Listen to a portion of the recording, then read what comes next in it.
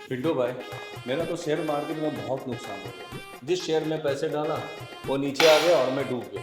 हाँ ना भाई, मैंने तो मेरे दोस्त के बताए हुए शेयर लिए थे जो कि उसके दोस्त ने बताए थे जो ऑलरेडी शेयर मार्केट में काम करता था, फिर भी डूब गया।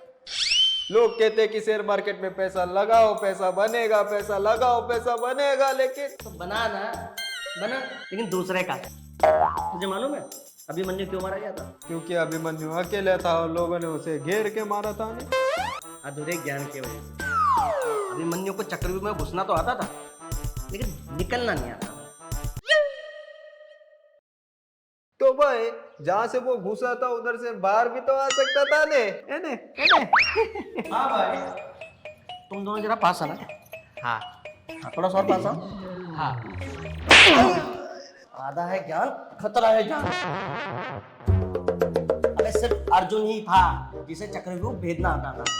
और जब अर्जुन का बेटा अभिमन्यु अपनी माँ सुभद्रा के पेट में था, तब अर्जुन सुभद्रा को चक्रव्यूह के बारे में बता रहा था। लेकिन आधे में ही सुभद्रा को नींद आ गई, तो अभिमन्यु को ज्ञान अधूरा मिला और इसी वजह से वो मारा गया।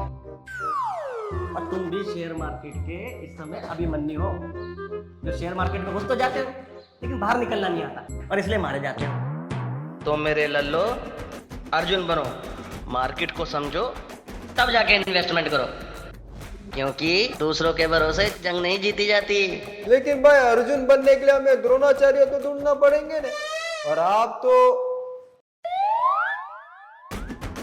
पहली बात तूने समझदारी की बात करी, तो ढूंढो द्रोणाचार्य, क्योंकि आधा है ज्ञान, खतरा है जान।